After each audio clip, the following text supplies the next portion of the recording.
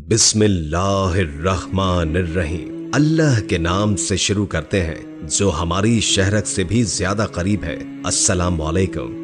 आज की वीडियो में हम आपको एक शौहर की अक्लमंदी की दास्तान सुनाएंगे और मियाँ बीवी से मुतालिक एक खूबसूरत और सबक आमोज कौल भी सुनाएंगे। बहुत पुराने वक्तों की बात है कि एक कौम पर जालिम बादशाह हुक्मरानी किया करता था। उसकी रियाया इससे बिल्कुल भी खुश न थी, क्योंकि वो महसूल के नाम पर लोगों की हलाल कमाई छीन लेता था। वो गरीब से गरीब आदमी को भी नहीं बख्शता था। उस मुल्क के गांव में एक किसान और उसकी बीवी रहते थे। बीवी घर में रहकर घर के काम सरंजाम देती थी और किसान खेती बाड़ी करता था। किसान बहुत अक्लमंद और मेहनती था, लेकिन उसकी मेहनत का सिला हर बार बादशाह ले जाता था। किसान को खेती बाड़ी में जितना भी मुनाफा होता, आधे से ज्यादा बादशाह ले जाता।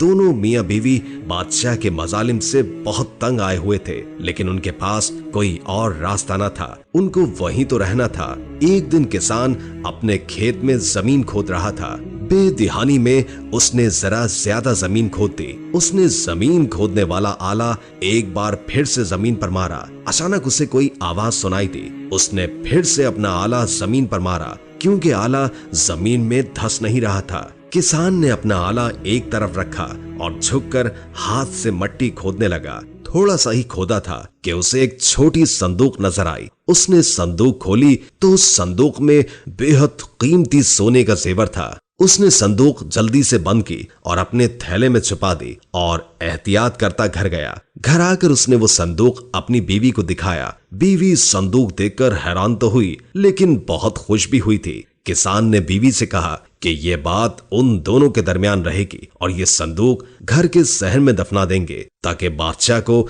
इस खजाने की भनक भी न पड़े। फिर दोनों मियाँ बीवी ने मिलकर सहन में वो संदूक दफना दिया। बीवी कुछ काम का कहकर घर से निकली। जब बीवी घर से निकल चुकी तो किसान सोच में पड़ गया। उसने सोचा कि उसकी बीवी जरूर अपनी साथी औरतों को खजाने का बता देगी। उसकी बीवी की आदत थी कि वो करीबी लोगों से कोई राज मख्फी नहीं रख पाती थी। किसान अपनी जगह से उठा, सहन की जमीन दोबारा खोदी और वो संदूक निकाल ली। फिर उस संदूक को कहीं दूर जाकर छुपा दिया। इसके बाद वो बाजार गया और वहां से कुछ मछलियां और रोटियां खरीदी। फिर वो जंगल चला गया। एक मखसूस जगह पर पहुंचकर उसने वो मछलियां जमीन पर बखेर दी और रोटियां दरख्त की टहनी के साथ लटका दी और घर को लौट आया। कुछ ही देर के बाद उसकी बीवी वापस आ गई थी। किसान ने अपनी बीवी से कहा कि चलो जंगल में मछलियां पकड़ने चलते हैं। बीवी अपने शौहर की बात सुनकर हंसी और कहा कि क्या खजाने की खुशी आपके दिमाग पर चढ़ गई है? जंगल में मछलियां कहां से आ गईं?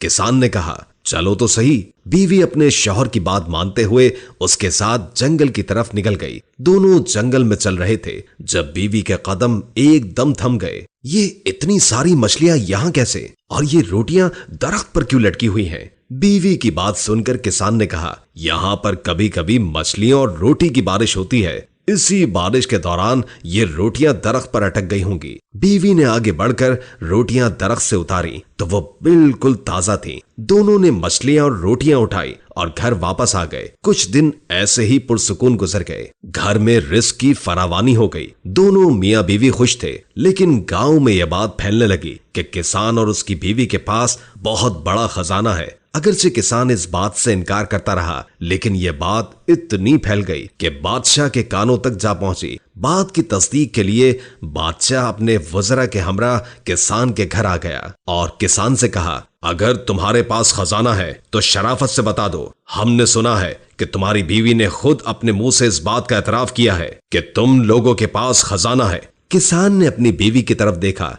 तो वो नजरें चुरा गई। बताओ खातून, तुम लोगों के पास खजाना है या नहीं? बादशाह ने जलाल में आकर किसान की बीवी से पूछा तो वो डर गई। वो जानती थी कि बादशाह बिला झिझक इनकी जान ले सकता है। खजाना जरूरी नहीं, इसके लिए अपनी और शौहर की जान बचानी जरूरी थी। बीवी ने कहा, जी बादशाह हुजूर, खजाना है हमारे पास और हमने अपने सहन में दफन कर रखा है। किसान फौरन बोला, बादशाह सलामत, मेरी बीवी का ज़हनी तवाज़ुन कुछ दिन से ठीक नहीं है। इसने कुछ परेशानी अपने सर पर ले ली है, इसलिए बहकी बहकी बातें कर रही है। बीवी ने आंखें फाड़े अपने शौहर को देखा। बादशाह ने बीवी से पूछा, कि तुम्हें ये खजाना कब मिला था? जब मैं और मेरा शौहर जंगल में मछलियां पकड़ने गए, उस दिन रोटियों की बारिश हुई थी जंगल में। बीवी की बात सुनकर बादशाह हंसने लगा। तुम्हारी बीवी तो वाकई दीवानी है। बादशाह के करीब खड़े एक वजीर ने बादशाह के कान में सरगोशी की तो बादशाह ने अपने सिपाहियों को सहन खोदने का कहा।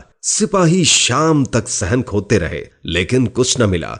बादशाह को यकीन हो गया कि किसान की बीवी ठीक नहीं और खुद से कहानियां घड़ रही है। सो वो अपने सिपाहियों के साथ वापस महल की तरफ रवाना हो गया। इसके बाद किसान ने सब कुछ सच सच अपनी बीवी को बता दिया और कहा कि अगर मैं वो सब कुछ न करता तो हम दोनों मारे जाते, और ये भी तलकीन की कि किसी पर आसानी से यकीन मत किया करो। जिनको तुम दोस्त समझती हो सकता है कि वही तुम्हारे बदतरीन दुश्मन हो। दिलों के हाल सिर्फ अल्लाह ताला जानते हैं, हम इंसान तो सिर्फ एहतियात ही कर सकते हैं। दोस्तों, एक आलिम दीन ने किसी औरत से पूछा कि शादी के बाद शौहर से मोहब्बत क्यों खत्म हो जाती है? तो आलिम ने जवाब दिया कि शादी के बाद अक्सर औरतें ऐसी जिंदगी गुजारती हैं कि जैसे उन पर कोई बोझ डाल दिया गया हो।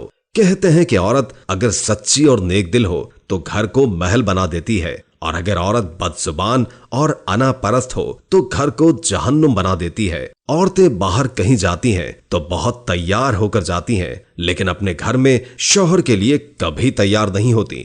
किसी भी रिश्ते को निभाने के लिए कभी कभी खुद भी झुकना पड़ता है, खुद भी नजरसानी करनी होती है कि कहीं हम गलत तो नहीं। दोस्तों, वीडियो अच्छी लगी हो तो लाइक करके शेयर कर दें, क्योंकि अच्छी बात आगे पहुंचाना सदका होता है। इससे आपकी भी इस्लाह होगी और दूसरों की भी। अल्लाह रब्बुल इज्जत से दुआ है कि जिनकी माएं हयात हैं उनको सेहत और तंदुरुस्ती वाली जिंदगी अता फरमाए, और जिनकी माएं इस दुनिया फानी से कूच कर चुकी हैं उनकी कब्र को जन्नत के बागों में से एक बाग बनाए।